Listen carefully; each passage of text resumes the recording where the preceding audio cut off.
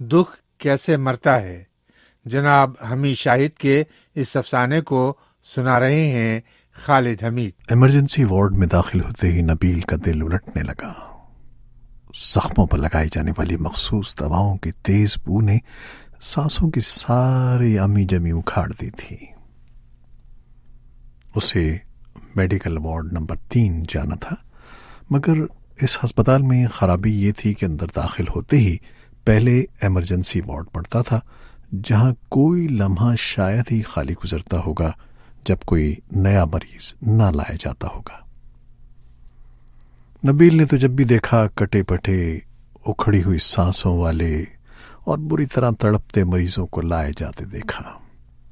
نرسیں اور ڈاکٹر بھاگ بھاگ کر ان کی جانیں بچا رہے ہوتے۔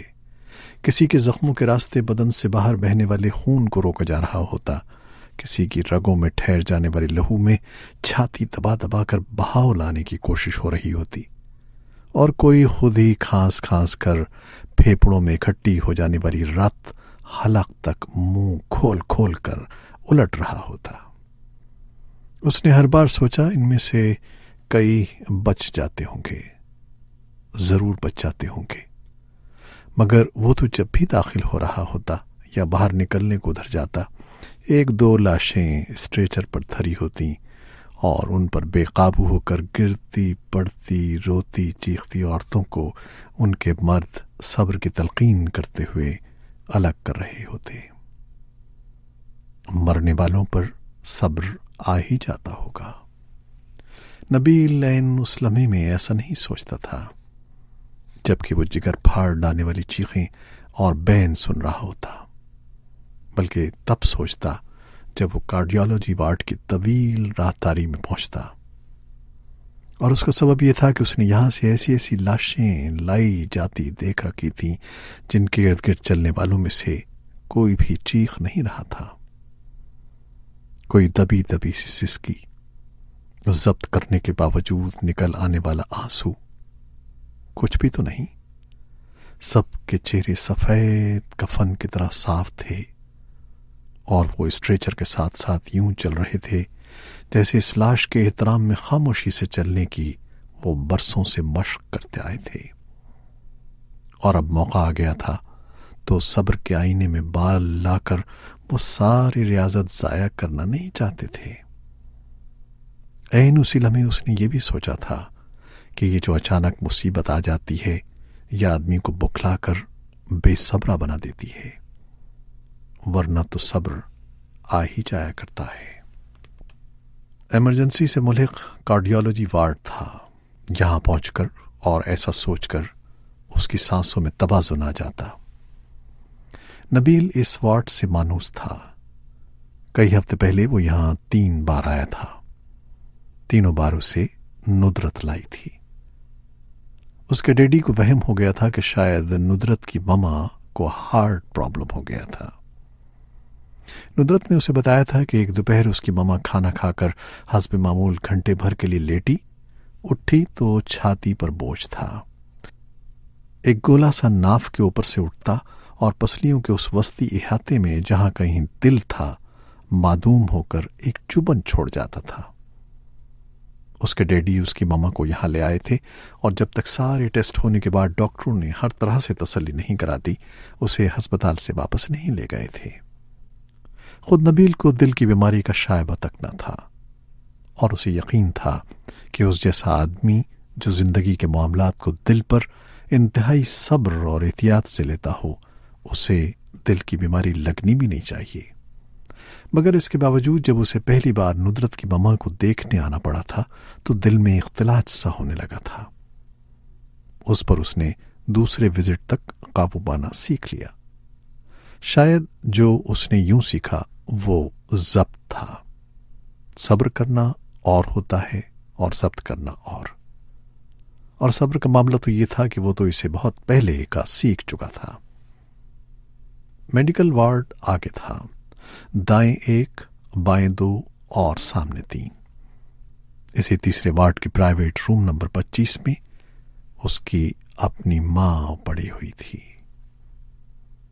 ماں بیمار تو کب کی تھی، شاید اب تو اسے بھولنے لگا تھا کہ وہ کبھی ٹھیک بھی رہی ہوگی۔ اسے ابا کے مرنے کے بعد دائیں طرف فالج پڑا تھا اور وہ بستر سے جا لگی تھی۔ شروع میں جب پیاس سے اس کا حلق خشک ہونے لگتا، بھوک سے انتڑیوں میں کڑول پڑتے یا پھر انجانے میں بستر گیلا ہو جاتا، اتنا زیادہ گیلا کہ وہ کمر کاٹنے لگتا، تو وہ اسے بلانے کی کوشش کرتی تھی۔ جیسی آوازیں نکالنے کے لیے اسے حلق اور چھاتی پر اتنا بوجھ ڈالنا پڑتا تھا کہ نچلا جبڑا ایک طرف کو ڈھلک جاتا اور سارا بدن سکڑ کر دوہرا ہونے لگتا۔ وہ پہنچ جاتا، پہلے فوراً لپک کر، مگر یہ معمول کا حصہ ہو گیا تو لپک جھپک میں وقفے پڑنے لگے کہ بعد میں اسے خود کو تیار کرنا پڑتا تھا۔ ایک روز جب اس کی ماں آواز دینے کے بعد اپنا جبڑا ڈھلکا چکی تھی اور گھٹنے اوپر کو گھسا کر اس نے اپنا بدن بھی دوہرا کر لیا تھا کہ کال بیل بجی۔ یوں جیسے باہر بٹن پر آہستگی سے انگشت رکھ کر فوراً ہٹا لی گئی ہو اور ادھر اندر کال بیل کی آواز ٹوٹ کر گر گئی ہو۔ پھر خاموشی چھا گئی، طویل خاموشی، اتنی کہ ماں کی آواز اس میں کہیں ڈوب گئی۔ اس کا اپنا دل رک سا گیا ایک قدرے طویل آواز کے لیے۔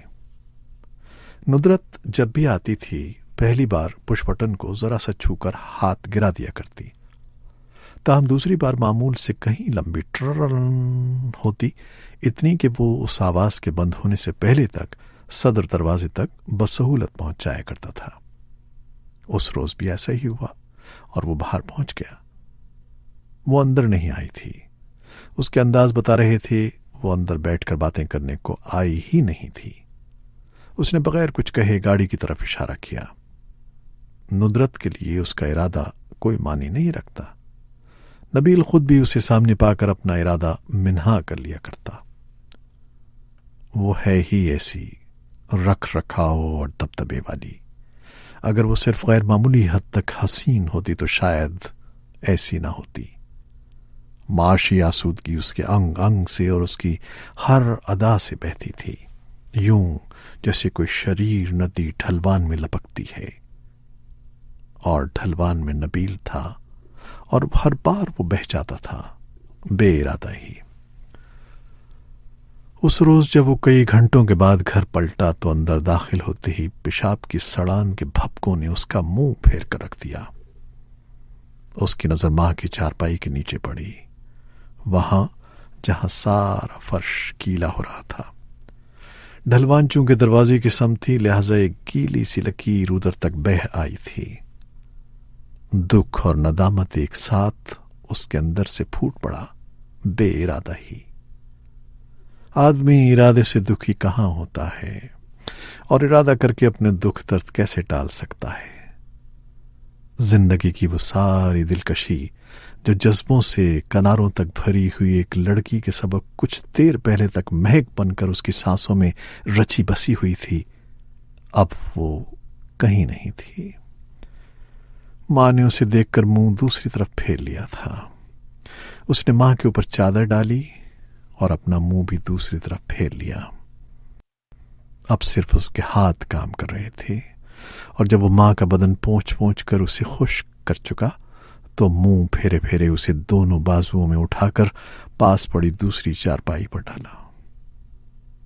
نبیل کو یہ جان کر شدید صدمہ ہوا کہ ماں اپنا وزن بڑی تیزی سے گرا چکی تھی۔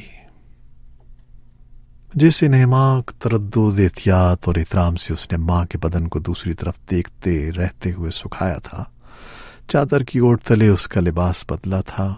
پیشاب سے سنے ہوئے بستر کو الگ کر کے صاف ستھرا گدا بچھا کر اوپر یوں چادر پھیلائی تھی کہ اس میں ایک شکن بھی باقی نہ رہی تھی۔ اس نے ماں کی پیشانی کی ساری شکنیں معدوم کر دی تھیں اور اس کی پوری طرح کھلی رہنے اور ہر دم پھڑکنے والی دائیں آنکھ کو آنسوؤں سے بھر دیا تھا۔ ہسپتال کی راہداری میں کارڈیالوجی وارڈ سے ذرا آگے، جہاں ایک اور راہداری پہلی کو کاٹتی تھی، وہیں چاروں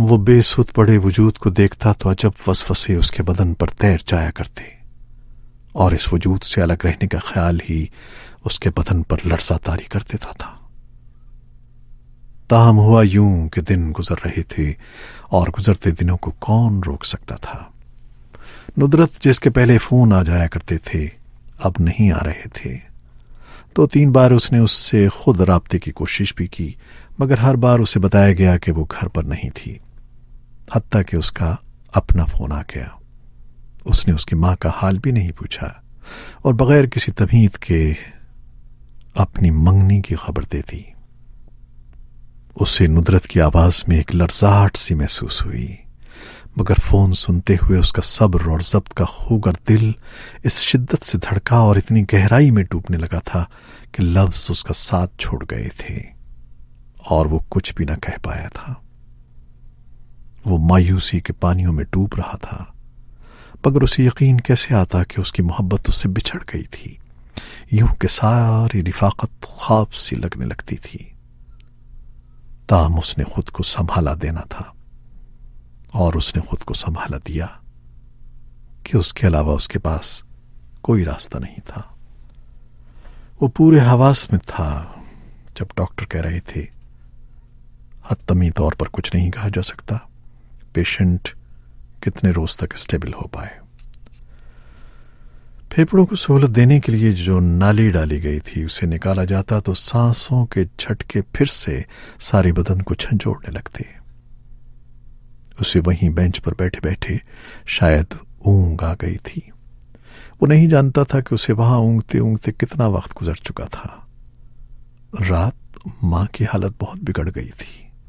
اگرچہ ڈاکٹروں نے آکسیجن کی نالی پھیپھڑوں میں ایک بار پھر گھسیڑ کر فوری ریلیف فراہم کر دیا تھا، مگر وہ نالی جو ناک سے میدے تک گھسیڑی گئی تھی ماں کو بہت الجھا رہی تھی۔ وہ بار بار نالی کھینچنے کے لیے ہاتھ اوپر لے آتی۔ شاید نالی گزارتے ہوئے جلد جہاں اندر کہیں چھل گئی تھی وہیں جلن ہو رہی تھی۔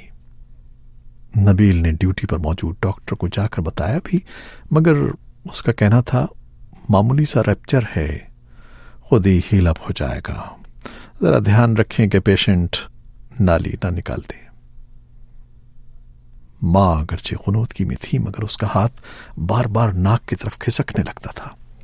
وہ ہاتھ تھام کر رکھتا تو وہی الجھن ماں کے کپ کپاتے ہاتھ کے راستے خود اس کے اندر اتر جاتی، یہاں تک کہ اس کا دل چاہنے لگا وہ اس نالی کو خود ہی ماں کی ناک سے کھینچ کر الجھن سے نکل آئے۔ وہ رات بھر جبر کرتا رہا اور جاگتا رہا۔ کھڑکی سے ذرا سا صبح نے جھانکا تو وہ اس کے تعاقب میں باہر نکل گیا۔ وہ ادھر ادھر گھومتا رہا، یوں ہی واپس پلٹا تو اس کے بدن پر عجیب طرح کا خالی پن قابض ہو چکا تھا۔ ہسپتال میں داخل ہوتے ہوئے ایمرجنسی میں ہونے والی بھاگ دوڑ کو بھی اس نے خالی خالی نظروں سے دیکھا۔ بہن کرتی عورتیں بہت بےہودہ لگیں۔ اس نے الجھتے ہوئے سوچا کہ ان کے یوں دوہرے ہو کر گرنے سے کیا مردے زندہ ہو جائیں گے، اور ایک تلخ سی ہنسی ہنس دیا۔ اندر سے اٹھنے والے سوال کا اس کے نزدیک یہ مناسب جواب تھا۔ رونے والیوں میں ایک لڑکی بہت خوبصورت تھی، اور مرنے والی ماں جیسی بوڑھی بہت پروقار۔ دونوں کو اس نے صرف ایک نظر ہی دیکھا اور آگے بڑھ گیا تھا۔ ایمرجنسی سے کارڈیالوجی وارڈ کی راہداری تک وہ ہمیشہ دکھ کی گرفت میں رہتا تھا، مگر اس روز وہ اندر سے بالکل خالی تھا۔ بینچ پر بھی وہ ارادہ کر کے نہیں، یوں ہی بیٹھ گیا تھا، اور اتنی دیر تک اونگتا رہا کہ وقت کے تیزی سے گزرنے کا احساس پوری طرح معدوم ہو گیا۔ وہ ٹھیک سے اندازہ نہ کر پایا کہ ایک اسٹریچر کے تیزی سے دھکیلے جانے کے باعث اٹھنے والے شور نے اسے کتنی دیر بعد بیدار کیا تھا۔ اسٹریچر وارڈ نمبر 3 کی راہداری ہی سے لایا جا رہا تھا۔ اسے غیر معمولی تجسس ہوا کہ وہ اس کا چہرہ دیکھے۔ اس نے اس کا چہرہ دیکھا بھی، مگر یہ اس کی ماں کا چہرہ نہیں تھا۔ وہ الٹے قدم چلتا بینچ پر ٹھہ گیا۔ شاید یہ وہ پہلا روز تھا جب نبیل نے اپنی ماں کی مشکل آسان ہونے کی دعا کی تھی۔ وہ دعائیں کرتا رہا حتیٰ کہ اس کے ہاں اثاثہ سمجھے جانے والے سارے مقدس لفظ معنوں سے خالی ہو گئے، یوں جیسے اسے باثروت بنانے والے سارے کرنسی نوٹوں کے مارکے اڑ گئے ہوں۔ زبان کی ڈھیری پر کیڑوں کی طرح کل بلانے اور رینگنے والے یہ لفظ بے دھیانی میں ہونٹوں پر آ کر تیرنے لگتے اور پھر اسی بے خبری میں تالو سے چپک کر بے سود ہو جاتے۔ وہ دیکھ رہا تھا مگر مرنے والوں اور ان کے ساتھ زندہ درگور رہنے والوں کے بیچ کوئی تمیز نہ کر پا رہا تھا۔ لاشیں اس کے سامنے سے گزرتی تھیں، ان پر نظر ڈالتا یہ لاشیں اسے دکھ کے بجائے تسکین دینے لگی تھیں۔ تسکین نہیں، اس کا سا احساس، ملتا جلتا اور الگ سا بھی، اور یہی احساس شاید خود اس کے زندہ ہونے کی علامت تھا۔ کچھ سوچ سکتا تھا کہ مرنے والوں کی نہیں بلکہ انتظار کھینچنے والوں کی مشکلیں آسان ہو رہی تھیں۔ ایسے میں اسے اپنے اندر سے تعفن اٹھتا محسوس ہوا۔ اس نے اپنا سارا بدن ٹٹولنے کے لیے ادھیڑ ڈالا۔ بہت اندر گھوپ اندھیرے میں 2 لاشیں پڑی تھیں۔ اس نے صاف پہچان لیا، ان میں سے ایک اس کی اپنی محبت تھی اور دوسری کو دیکھے بغیر منہ پھیر لیا اور پورے خلوص سے رونے کی سعی کی، مگر تعفن کا ریلا اسے دکھ سے دور، بہت دور بہائے لیا جاتا تھا۔ دکھ کیسے مرتا ہے، جناب حمید شاہد کے اس افسانے کو خالد حمید سنا رہے تھے۔